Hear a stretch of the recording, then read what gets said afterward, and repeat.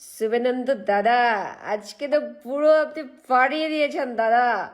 আজকে থেকে মনে করেন যে বাংলাদেশে এক দিদিভাই আছে নীলা ইসরাফিল, সে আপনার একেবারে ফ্যান হয়ে গেছে। আজকে আপনি যা বলেছেন এরপর থেকে মনে করুন দাদা আমি আছি বাংলাদেশে।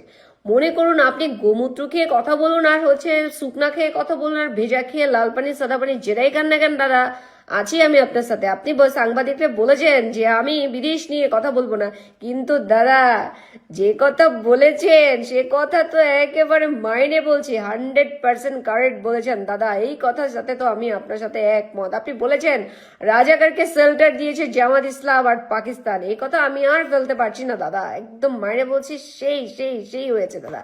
আরেকটা কিঞ্চিত ভুল কথা বলেছেন, সেটা একজন বাঙালি দিদিভাই হিসাবে আমার উচিত আপনাকে একটু শুধরে দেয়া, তাই আর কি একটু শুধরে দেওয়ার চেষ্টা করছি দাদা। আপনি বলেছেন যে রবি ঠাকুর যে গানটি বাংলাদেশের আমার সোনার বাংলা যে গানটি হচ্ছে মনে করেন যে আমাদের জাতীয় সঙ্গীত, সেটা স্বীকৃতি দিয়েছে শেখ হাসিনা আপনার দিদিভাই মিসেস ওয়াজেদ।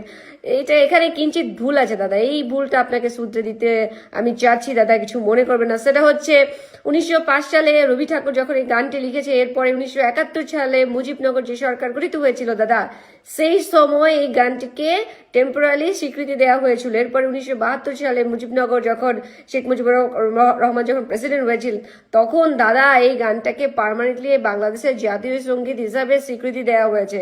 বুঝতে পেরেছেন দাদা, এখানে কোথাও শেখ হাসিনার নাম লেখা নেই।